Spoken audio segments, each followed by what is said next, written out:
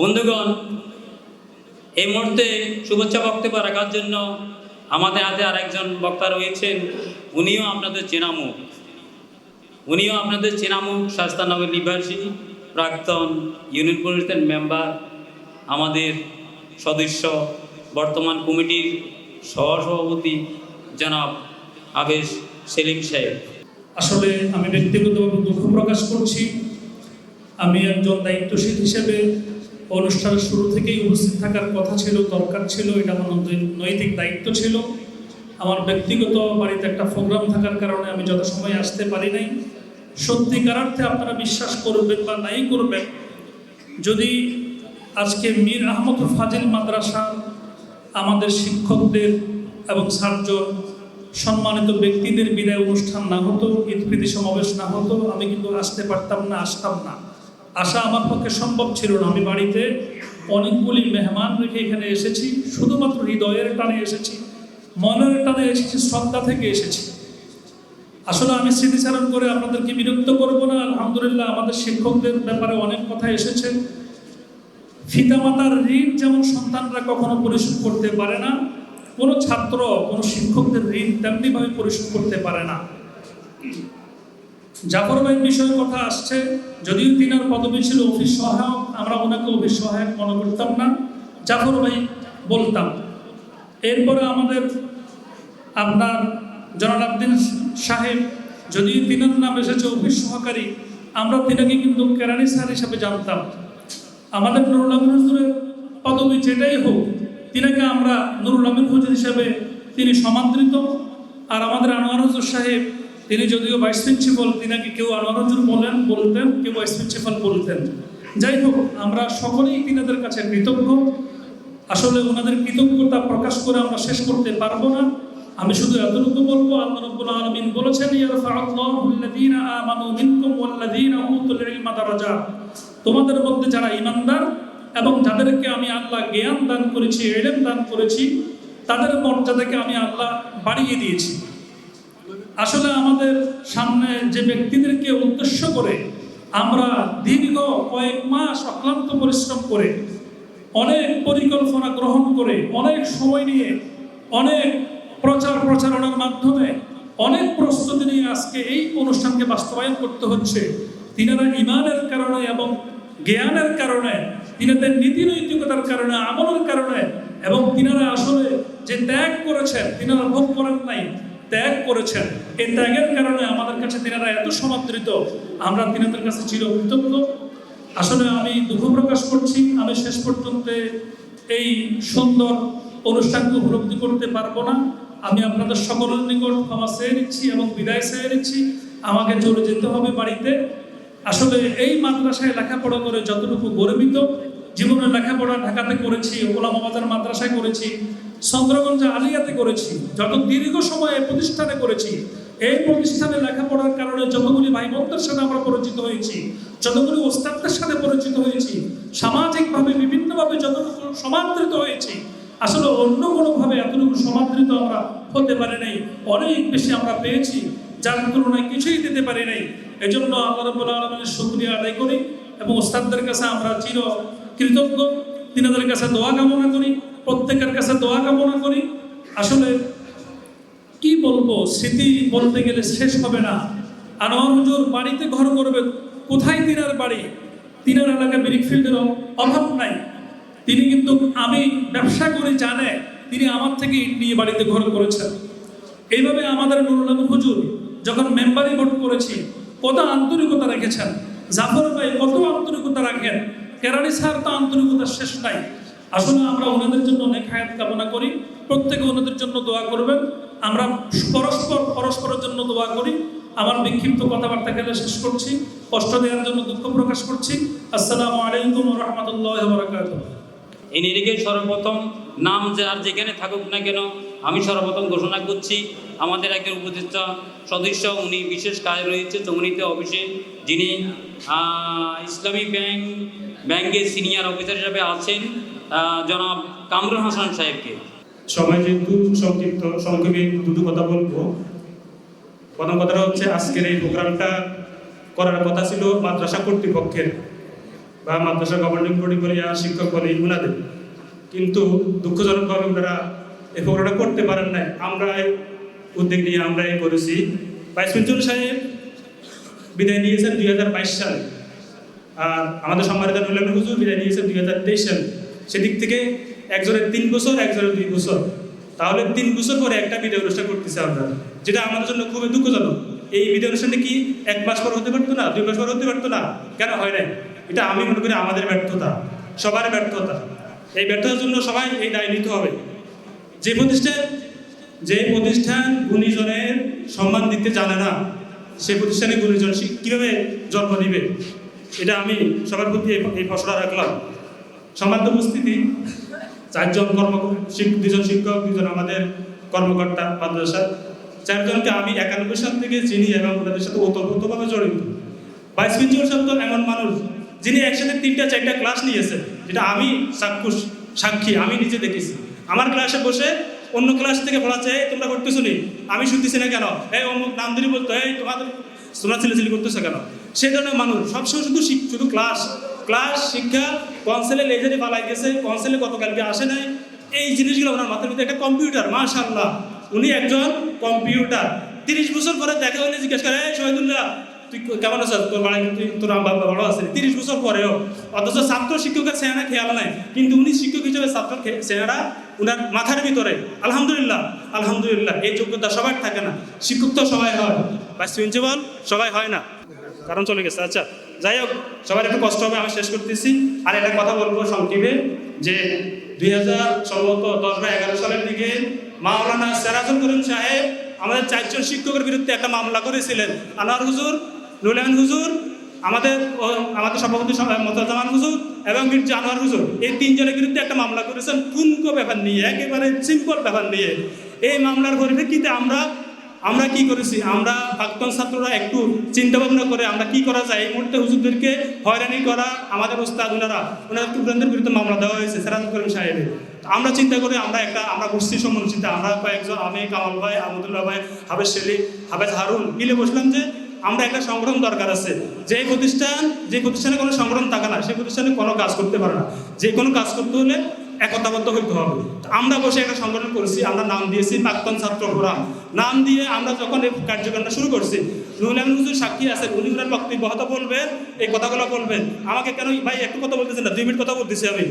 নুরুল আমিন হুজুর সাক্ষী দিবেন এখানে আজকে, যে ওই প্রতিষ্ঠানটা ওই সংগঠনটা করার কারণে সেরাজুল করিম সাহেব ফিসমা হইতে বাধ্য হয়েছে, ওনাদের বিরুদ্ধে কোনো অ্যাকশন নিতে পারেন নাই। আমরা একতাবদ্ধ হয়েছি, আমরা একতাবদ্ধ হয়ে সামনে এগিয়ে এসেছি। যদিও পরবর্তীতে ওই সংগঠনটাকে আর কন্টিনিউ করতে পারি না, আমাদের সীমাবদ্ধতা ছিল, আমি এটা মেনে নিচ্ছি।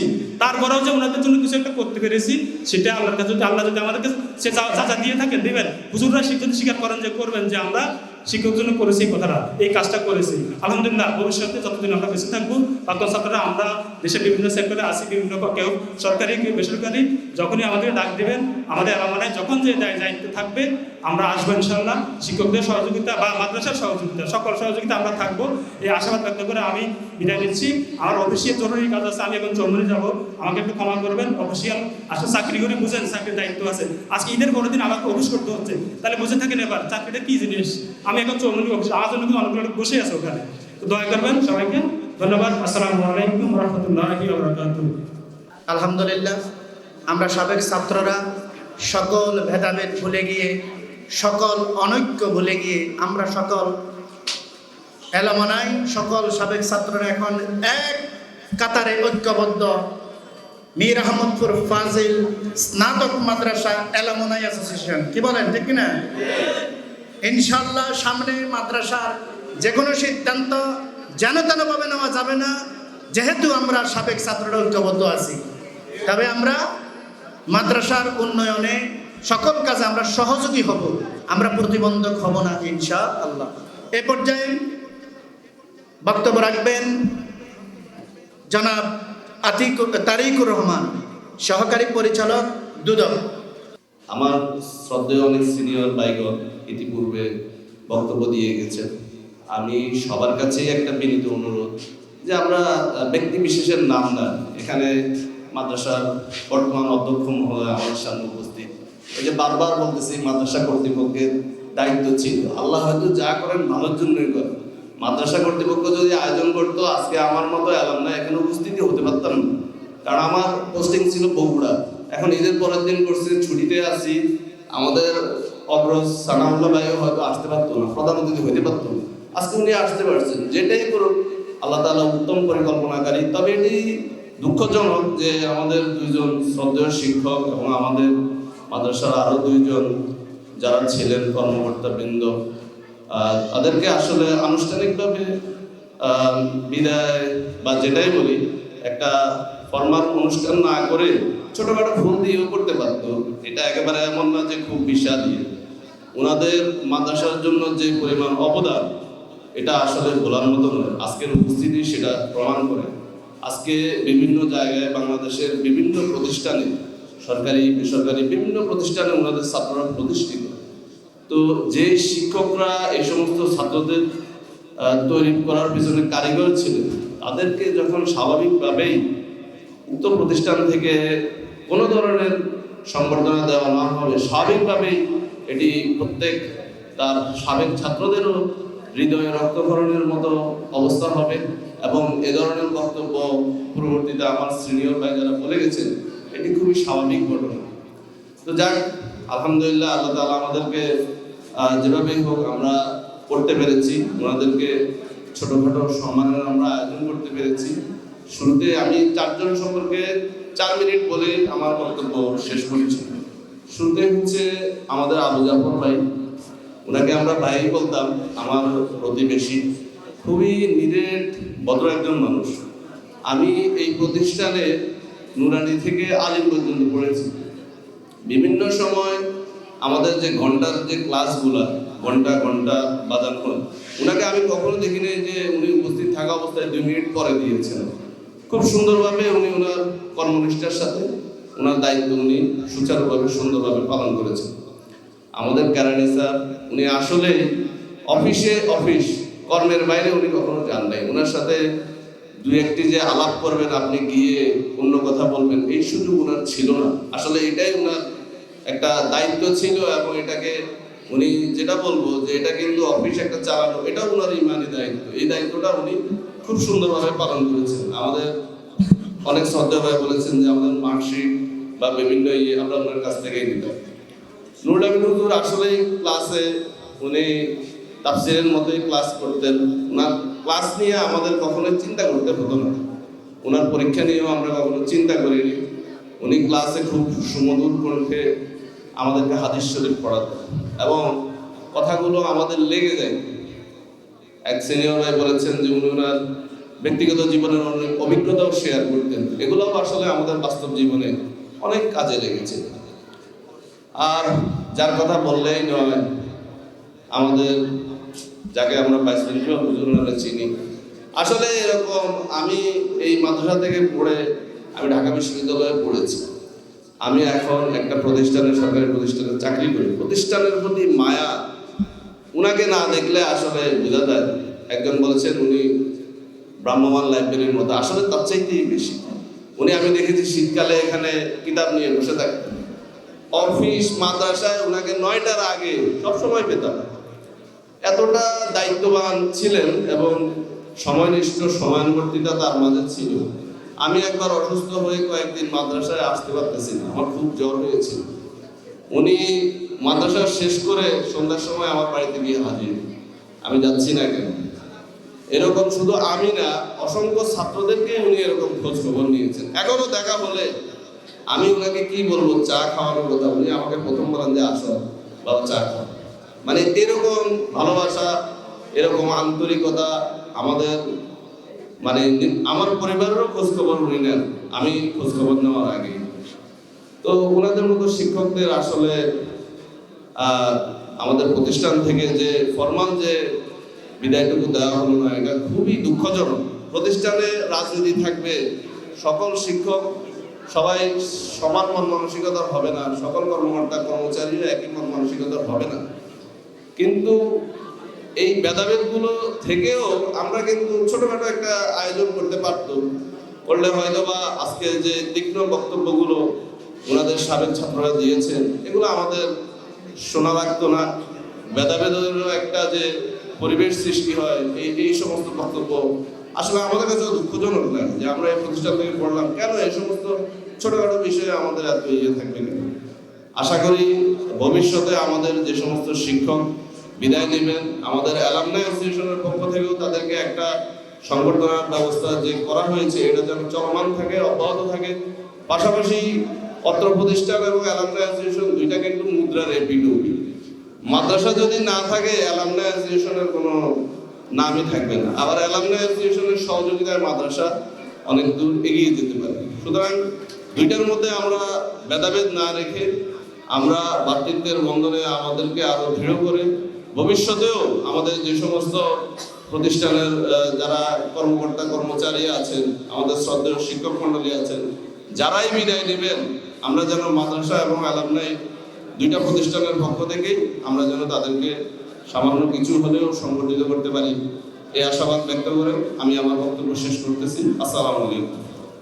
প্রাণপ্রিয় শিক্ষা প্রতিষ্ঠান ঐতিহ্যবাহী মীর আহমদুল ফাজিল মাদ্রাসা অ্যালামনাই অ্যাসোসিয়েশন কর্তৃক আয়োজিত আজকের ঈদ পুনর্মিলনী অনুষ্ঠান ও আমাদের সম্মানিত দুইজন উস্তাদ, দুইজন অফিস কর্মকর্তার বিদায় সংবর্ধনা অনুষ্ঠানের সম্মানিত সভাপতি, মান্যবর প্রধান অতিথি, এই মাদ্রাসার গৌরব, আমাদের সকলের একান্ত প্রিয় জনাব সানাউল্লাহ সাহেব, উপস্থিত আমার বিদায়ী শিক্ষক মহোদয়গণ, কর্মচারী কর্মকর্তাগণ, আজকের অতিথিবৃন্দ, সম্মানিত উপস্থিতি।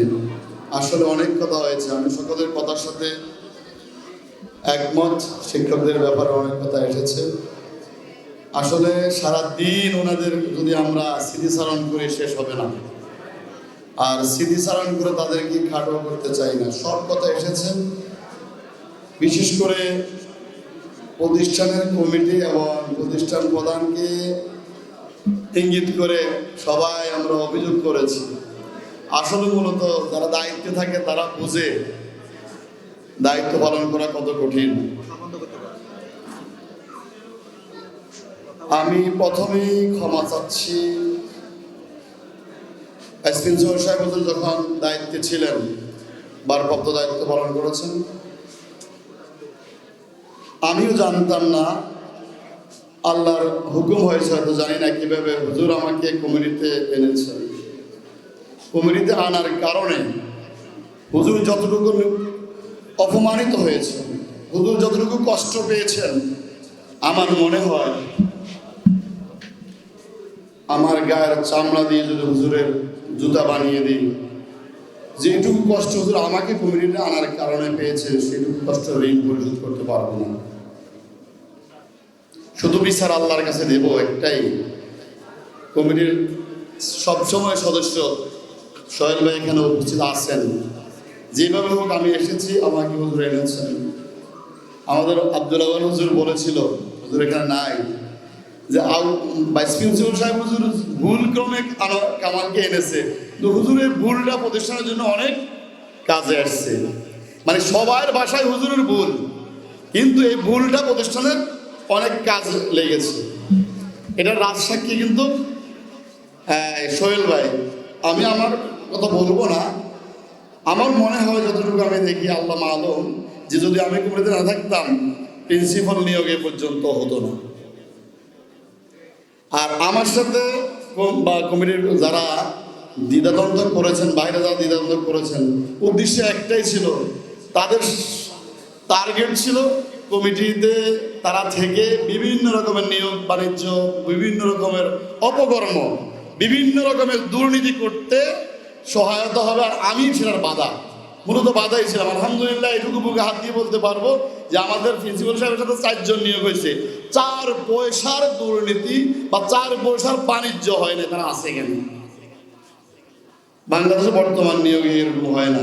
তো আমি আমার সকল আবেগ অনুভূতি উজাড় করে আমার ভাইস প্রিন্সিপালের কাছে করজোড়ে ক্ষমা চাচ্ছি, যে আমার কারণে উনি যতটুকু হেনস্থ হয়েছেন, আল্লাহর হস্তে ওনার ছাত্র হিসাবে, সন্তান হিসাবে আমাকে ক্ষমা করবেন, নচেত আমি কোথাও মাপ পাবো না। সর্বোপরি প্রতিষ্ঠানের যে বিষয়টা, আমি সোহেল ভাই বারবার চেষ্টা করেছিলাম ভাইস প্রিন্সিপাল হুজুরের বিদায় অনুষ্ঠান করার জন্য। ওই সময় প্রতিষ্ঠান প্রধান শূন্য ছিলেন। এরপর আমরা মনে করছি নতুন প্রিন্সিপাল আসলে আমরা করব। তারপরে আসার পরেও প্রিন্সিপাল সাহেবকে আমি প্রেসার দিয়েছি, কমিটির লোকজনকে প্রেসার দিয়েছি। অদৃশ্য যে কোনো কারণে আমাদের এই প্রোগ্রামটা হয় নাই। কিন্তু একাধারে প্রতিষ্ঠানকে যেভাবে দায়ী করা হচ্ছে সেটা আমি একটু বলি আমার অ্যালামনাইদের উদ্দেশ্যে, যে একেবারেই যে হয় না এই বিষয়টা তা না। প্রতিষ্ঠানের শিক্ষকরা ছোট্ট পরিসরে হলেও নুরুল আমিন হুজুর ভাইস প্রিন্সিপালকে একটা গেস্টের মাধ্যমে বা স্বাভাবিক তাদের মধ্যে একটা সুন্দর অনুষ্ঠানের মাধ্যমে তাদেরকে সামান্য কিছু দিয়ে বিদায় দিয়েছেন। কিন্তু যেটা হওয়ার কথা সেটা হয় না, এটা আমরাও স্বীকার করি। এখন আমরাও তো দায়ী। আসলে আমরা 5 বছর অ্যালামনাই তো ভাইস প্রিন্সিপাল সুযোগ থাকার বিদায় দেওয়ার আগ থেকেই আমরা অ্যালামনাই তো বারবার চেষ্টা করার পরেও আজকে 5 বছর পরে আসে প্রোগ্রামে আসছি। আমাদের ব্যর্থতা তো আমাদের কাঁধে নিতে হবে। একবারে সকল ব্যর্থতা শুধু প্রিন্সিপাল বা কমিটির, তাদের ব্যর্থতা আছে সেটা আমি মানি। কিন্তু আমরাও যদি আরো একটু সরব হতাম বা সহযোগী হইতাম বা তাদেরকে নিয়ে যদি আমরা বসতে পারতাম, তাদেরকে নিয়ে আমরা পরামর্শ করতে পারতাম, আমার মনে হয় উভয় দিক থেকে যে দূরত্বটা সেটা চলে গেলে এবং উভয় পক্ষের প্রোগ্রামটা হলে আজকের আয়োজন থেকে আমরা ইনডোরে না করে আউটডোর আরো বড় ধরনের আয়োজন করতে পারতাম। এবং এমন একটা আশা আমার ছিল, আমি নতুন প্রিন্সিপালকে এই কথাটা বলেছিলাম, সোহেলকে বলেছিলাম, সোহেলের আশা ছিল বড় ধরনের প্রোগ্রাম করে ভাইস প্রিন্সিপাল সাহেব সব ওনাদেরকে বিদায় দিবে। কিন্তু ওই যে তারেকের কথার সাথে একমত হতো, আল্লাহ যেটা চেয়েছেন ওইটাই হয়েছে। হ্যাঁ, আর আজকে শিক্ষকদের ব্যাপারে অনেক বলা হয়েছে। আজকে আমরা অনেকেই ব্যস্ত, শিক্ষকরা ঈদের ছুটিতে এখানে থাকতে হবে বাধ্য না। প্রিন্সিপাল সাহেব এটার জন্য রাগও আছে, যা সবার ঈদ আছে, আমার বুঝি ঈদ নেই। উনি আজকে ঈদের দিন উনি থাকার কথা বাড়িয়ে দিই ঈদের পরের দিন আমাদের প্রোগ্রামের কারণে, অ্যালামনাই প্রোগ্রামের কারণে, মাস্টার প্রোগ্রামের কারণে এখানে। তো যাই হোক, সর্বোপরি আমি আমার শিক্ষকদের কাছে তাদের কোনো স্মৃতিচারণ না করে আমি বলবো, আপনাদের সকল দেওয়ার কারণে আজকে এখানে বসে কথা বলতে পারছি। এই যে প্রতিষ্ঠানের যারা আজকে সানাউল্লাহ ভাই বাংলাদেশের অর্থনৈতিক সেক্টরের একজন পরিচিত ব্যক্তি, তাও আপনাদের অবদান। আমরা এখানে অনেকেই ভালো ভালো অবস্থানে আছি, প্রিন্সিপাল, ভাইস প্রিন্সিপাল, মাদ্রাসার শিক্ষক, বেসরকারি সরকারি অনেক প্রতিষ্ঠান আছে, সব কিছু কিন্তু আপনাদের অবদান। আমরা আপনাদের এই অবদানকে কখনো খাটো করে দেখার সুযোগ নেই এবং এটার প্রতিদান দেওয়ার মতো আমাদেরকে কিছু নেই। আমরা শুধু, আমি সরকারের কাছে বলবো, প্রত্যেকের দোয়া দেওয়া অন্তত পক্ষে আমরা আমাদের ওস্তাদের জন্য কথা বলবো। তারা আমাদেরকে চায় এটা, আমরা তার জন্য দোয়া করব। আর আজকে আমরা সবার পক্ষ থেকে আমি বলছি, আমার ওস্তাদদেরকে, ভাইস প্রিন্সিপাল সহ, নুরুল আমিন সহ, আপনারা আমাদেরকে ক্ষমার সুন্দর দৃষ্টিতে দেখবেন। আমাদের আচরণিক চাল চলন কথাবার্তার দিক থেকে আমরা অনেক সময় আপনাদেরকে বিরক্ত করেছি, আমাদেরকে ক্ষমা করবেন, আমাদের জন্য দোয়া করবেন। আপনাদের দোয়া, আপনাদের শিক্ষা দীক্ষায় আমরা যেই জায়গায় পৌঁছেছি, আমরা যেন আরও উচ্চ আসনে পৌঁছতে পারি এবং আপনাদের এই দেওয়া জ্ঞান, আপনাদের এই দেওয়া এলেমকে আমরা বিতরণ করে আমরা যেন নিজেরাও আপনাদের মতো স্মরণীয় বরণীয় হতে পারি, সেই দোয়াটুকু আমাদের জন্য করবেন। সর্বোপরি আপনাদের কাছে আবারও আপনাদের সুস্বাস্থ্য, আপনাদের দীর্ঘ ন্যাক হায়াত কামনা করে সবাইকে আন্তরিক মোবারকবাদ জানিয়ে আমি আমার কথা শেষ করছি। আসসালামু আলাইকুম ওয়া রাহমাতুল্লাহ। আজকের এই মহতী অনুষ্ঠানের জনাব সভাপতি, প্রধান অতিথি, আজকের আমাদের মাদ্রাসার অধ্যক্ষ মহোদয়, সম্মান যাদেরকে উদ্দেশ্য করে আজকের আয়োজন, সম্মানিত বিদায়ী শিক্ষক কর্মচারীবৃন্দ, আল্লাহ পাকের অশেষ মেহেরবানি আমরা আজকের এই মুহূর্তে অনুষ্ঠানটা করার সুযোগ হতে তৌফিক হয়েছে। তো সম্মানিত উপস্থিতি, আসলে বিদ্যুৎ চলে গেছে, সবার কষ্ট হচ্ছে, কথা অনেক সুন্দর সুন্দর কথা হয়েছে, আমি কিছু বলার নেই, তারপর 2-3টি কথা বলতে হচ্ছে। আজকের পিছন থেকে যারা বেরিয়ে দিচ্ছেন, আমাদের অফিস সহকারী, অফিস সহায়ক, একজন অফিস সহায়ক বা 14 শ্রেণীর কর্মচারী যদি তার দায়িত্ব পালন না করে, সেখানে পিএইচডি হোল্ডার শিক্ষক, দেশের সেরা ছাত্র এসে সেখানে কোনো কিছু নিতে পারবে না। অর্থাৎ তিনি পরিবেশ সৃষ্টি করে দিয়েছেন। এই জন্য যদিও তার কষ্ট অনেক বেশি, কিন্তু তার অবদান অনস্বীকার্য। অফিস সহকারী যেটাকে বলা হয় অফিস কর্মকর্তা, তিনি হলেন মাদ্রাসার নায়কত্র মূল। তিনি যদি সেটা সঠিকভাবে সংরক্ষণ না করেন, তাদের প্রতিষ্ঠান এর আগাগোড়া ছাত্রদের সার্টিফিকেট থেকে শুরু করে সব কিছু হয়ে যাবে। তার অবদান আমরা এক কথা বুঝে দিতে পারছি। আমাদের দুজন সম্মানিত শিক্ষক যাদেরকে আমার দেখা মতে 3 যুগের বেশি একই প্রতিষ্ঠানে শিক্ষকতা করেছে। ওদের শিক্ষকতার বয়স কত হবে? 40 হবে না? 81 থেকে না? তো আমি 41 বছর, 3 যুগ থেকে বেশি, 3 যুগ থেকে বেশি, 41 বছর যিনি একটা ফাজিল মাদ্রাসায় শিক্ষকতা করেছেন।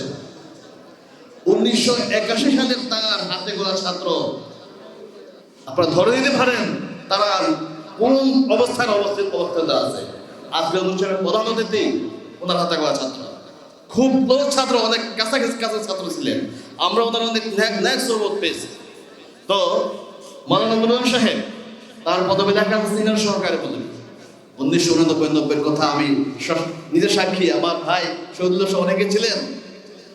তখন আলিম ক্লাসে উনি শরহে বেকায়া, নুরুল আনোয়ার, মান্তিক এই কিতাবগুলো পড়িয়েছেন।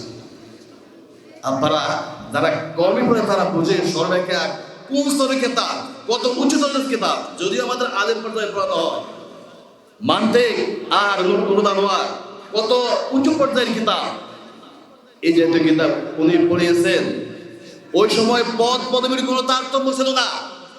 সহকারী পদবীর জন্য আলিম ক্লাসে ক্লাস করার বর্তমান সময় যে ক্রাইটেরিয়া নেওয়ার সুযোগ নাই, যদি যোগ্যতা থাকে। কিন্তু ওই সময় আমার সম্মানিত শিক্ষক বৃন্দ, প্রিন্সিপাল পরিচালক যারা ছিলেন, ছাত্র শিক্ষক কার মধ্যে এদের কোনো ভেদাভেদ ছিল না। তিনি সহকারী পদবী দাখিলের ভিতরে থাকার তার রেঞ্জ এটা ওভারটেক করে তখন তিনি ফাজল ক্লাস দিয়েছেন, এবং তার সাথে যোগ্যতা ছিল স্বতঃস্ফূর্ত ছাত্র সেটা গ্রহণ করেছে। কিন্তু হয়তো আজকাল জমানায় সেটা ছাত্র আন্দোলন করতো, সহকর্মী আন্দোলন করতো, উনি হলেন সহকারী পদক, উনি লেকচারার সহকারী অধ্যাপকে কিন্তু ক্লাস দেবেন, ইত্যাদি ইত্যাদি। যাও, আমি বলতে চাচ্ছি যে কথাটা উনাদের দাস এবং তাদরিস অবিস্মরণীয় হয়ে আছে এবং থাকবে। উনাদের হাতে গড়া সন্তানরা, ছাত্ররা আর দেশ বিদেশে উচ্চ আসনে ভালো ভালো অবস্থানে প্রতিষ্ঠিত। অনেক কথা বলার ছিল, কিন্তু একে গণমানের সময় নেই। তো উনাদের এবং মাওলানা নওয়াজ সাহেব যা বলা হয়েছে, আমি এক কথাই বলতে চাই, আদর্শ শিক্ষক, সৎ শিক্ষক, সুশিক্ষিত হিসেবে যতগুলো গুণাবলী দরকার, আপনার শিক্ষকদের গুণাবলী স্টাডি করুন। আমি স্টাডি করেছি, এই সব গুণ আলহামদুলিল্লাহ উনাদের মধ্যে আছে। শুধু এই সব গুণাবলীদের সীমাবদ্ধ নয়, দীর্ঘক্ষণ বক্তারা যা বলে আমি দেখেছি এবং আমি নিজস্ব স্বীকার করি, এর বাইরে অনেক এক্সট্রা নির্দিষ্ট সময় দেওয়ার বাইরে, আগে পরে, রাতে দিনে, বন্ধের সময় প্রতিষ্ঠানকে নিয়ে, ছাত্রদেরকে নিয়ে ওনাদের এর বাইরেও অনেক অবদান ছিল, অনেক গুণাগুণ ছিল, যেগুলি এই সময় বলা সম্ভব না। এক কথায় শিক্ষক তার গুণাগুণ সহ এর বাইরেও তাদের এই শিক্ষকদের অবদান ছিল। সম্মানিত উপস্থিতি, তো আমরা আজকে ওনাদেরকে দিতে হলো একটা বিদায়ী সম্বর্ধনা দিতে যাচ্ছি। আসলে এই বিদায়ী সম্বর্ধনা গবেষকদের কথা হলো, বয়স যখন 50 হয়ে যায়, কত 50 হয়ে গেলে তার পরবর্তী তার বিদায়ী যে কোনো রকমের সম্বর্ধনা বলেন, প্রশংসা বলেন, একাডেমিক সার্টিফিকেট বলেন ইত্যাদি আর কোনো কাজে আসে না। কারণ তিনি এখন যে অবস্থান আছে তার থেকে আর উপরে ওঠার সুযোগ নাই। স্বাভাবিকভাবে 50-এর পরে যে তার শিক্ষা যোগ্যতা অর্জন করছে, এর থেকে ডক্টর ডিগ্রি অর্জন করে, ওটা তার ব্যক্তিগত জীবনে, শিক্ষা জীবনে, চাকরি জীবনে কোনো কাজে আসবে না। এটাই বলছি যে 50 বছর তাদেরকে সম্বর্ধনা দেয়, ওনাদের পিছনে অনেক কিছু করি, এগুলো আর বেশি কিছু করার কাজে আসবে না। ওনারা তো 50 না 60 ওভার করে চাকরিতে অপশন দিয়েছেন, সেটাও বেশি কিছু কাজে আসার কথা নাই। রেয়াজ হোসেন বা নিয়ম হিসেবে আমরা করতে যাচ্ছি, কিন্তু আসল যেটা পাওয়া আমি সেটা বলতে চাচ্ছি। দায়িত্বের সামনে আল্লাহ বলেছেন, ইন আজরিয়া ইল্লা আল্লাহ, দুনিয়ার এই ঘাম ধরা, পরিশ্রম করা, রক্ত ধরা, কষ্ট করে যে দাওয়াত দিয়েছেন, তাদের প্রতিদান দুনিয়াবাসীর পক্ষে, মানুষের পক্ষে যত দাওয়াত পৌঁছেছে তাদের পক্ষে দেওয়া সম্ভব না। একমাত্র ইন আজরিয়া ইল্লা আল্লাহ, তাদের এই দীর্ঘ 3 যুগের বেশি দীর্ঘ সময়ে যে শিক্ষকতা ক্যারিয়ারের যে শ্রম এবং কষ্ট, এর একমাত্র প্রতিদান আল্লাহ তাআলার কাছে রয়েছে। আমাদের পক্ষে, প্রতিষ্ঠানের পক্ষে, ছাত্রের পক্ষে সেটা কোনোদিন দায় কর পরিশোধ করা কিংবা কাছাকাছি যাওয়া সম্ভব না। সম্মানিত হাজিরিন, এই জন্য আমি বলতে চাই, ওনাদেরকে আমরা শুধু আজকে সংক্ষিপ্ত একটা বিদায় সম্বোধন দিচ্ছি। আমি ওনাদেরকে আশ্বস্ত করতে চাই, আমরা আপনাদের সন্তান তুল্য সেই 40 বছর আগ থেকে আজ পর্যন্ত আপনারা যত ছাত্র করেছেন, যত আমাদের মতো সন্তানদেরকে আপনারা যারা করছেন, হাদিসের ভাষায় যে 3টা আমল মানুষের মৃত্যুর পর এক সম্ভব সব অফ হয়ে যাবে, 3টা আমল চালু থাকবে। তার প্রথমটা সদকা জারিয়া, সবার পক্ষে করা সম্ভব। ধনী হোক গরিব হোক, সে 10 টাকা একটা মসজিদে দান করলো, এটা সদকা জারিয়া হয়ে যাবে। যতদিন মসজিদ থাকবে ততদিন সে সদকা জারিয়া সব পাবে। এই একদম নিঃস্বার্থ রিক্সাওয়ালা থেকে শুরু করে কোটি টাকার মালিক, তার পক্ষেও সদকা জারিয়া কি করা অর্জন করা সম্ভব। সে পাপী হোক আর গুনাহগার হোক অথবা বালক হোক, যেভাবে হোক। কিন্তু বাকি যে 2টা হাদিসের শেষ অংশে রয়েছে, ওলাদে সালেহ, নেক সন্তান এবং ইলমুন ইউনতাফা বিহি, ইলমের দ্বীনি ইলমের যে ধারাবাহিকতা, এমন ইলম রেখে দেওয়া, এই 2টা জিনিস হাজার হাজার লোকের মধ্যে একজনের সবাইকে মিলে না। যে জিনিসটা একদম সহজলভ্য, সেটা অবশ্যই তার মধ্যে থাকতে পারে, থাকাই স্বাভাবিক। আর বাকি 2টা জিনিস হাজার হাজার লোকের মধ্যে একজনের মধ্যে পাওয়া যাবে না, সেই 2টা জিনিসই তার মধ্যে পরিপূর্ণ রয়েছে।